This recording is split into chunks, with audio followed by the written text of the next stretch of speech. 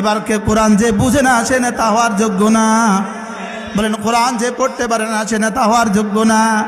কোরআন যে বুঝে না সে নেতা হওয়ার যোগ্যতাই রাখে না। বুঝাতে পারছি? হ্যাঁ, বুঝাতে পারছি? হযরত ওমর রাদিয়াল্লাহু তাআলা আনহু মদিনার এক সাহাবীকে মদিনার গভর্নর বানাইলেন। ওই গভর্নর মদিনার গভর্নর একবার মক্কা হযরত ওমরের সাথে সাক্ষাৎ করতে আসলেন। জিজ্ঞেস করলেন, তোমার মদিনায় তুমি কাকে তোমার স্থলাভিষিক্ত রেখে আসছো? বলেন যে আমার গোলাম আবজা, আমার গোলাম আবজাকে রেখে আসছি। তো তোমার গোলাম আবজা আবার কেডা? আবজাকে তো আমি চিনি না। মদিনায় এত বড় বড় সাহাবী দেখতে আবজাকে কেন দিয়ে আসলা? বলে আবজা কোরআনে কারীম সবচেয়ে শুদ্ধ পারে।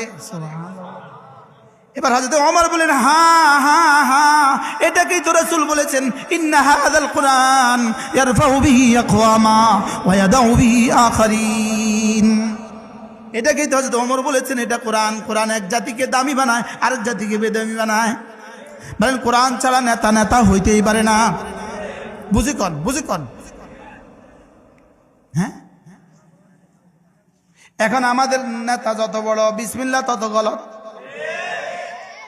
তার বিসমিল্লাহটা দেখলেই তো বোঝা যায় তার সূরা ফাতিহার কি হালত।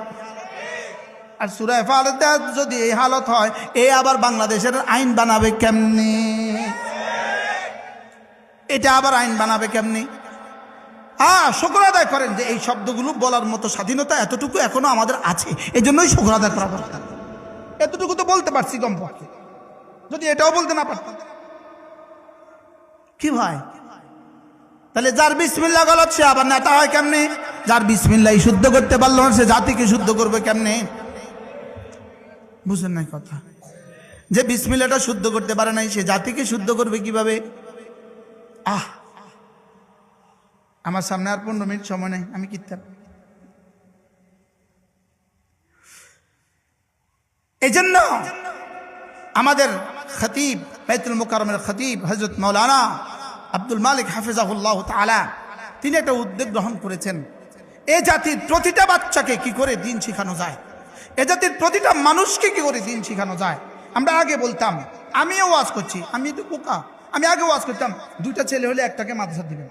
আচ্ছা কি পরিমাণ ভুল করছি আমরা। যখন এই কথা কইছি তোমার 2টো ছেলে হলে একটাকে মাদ্রাসা দিবা, তখন আরশের মালিক কি করে? তোরে কইছি নি তাকসিস করতি? হ্যাঁ, তোরে তারে বাদ দিতে কইল কে? আমরা 10 ভাই, বলেন আলহামদুলিল্লাহ। একটা ভাই জেনারেল পড়তে চাইছিল, বেশি চাইছিল, সে শুধু পড়েও ফেলে।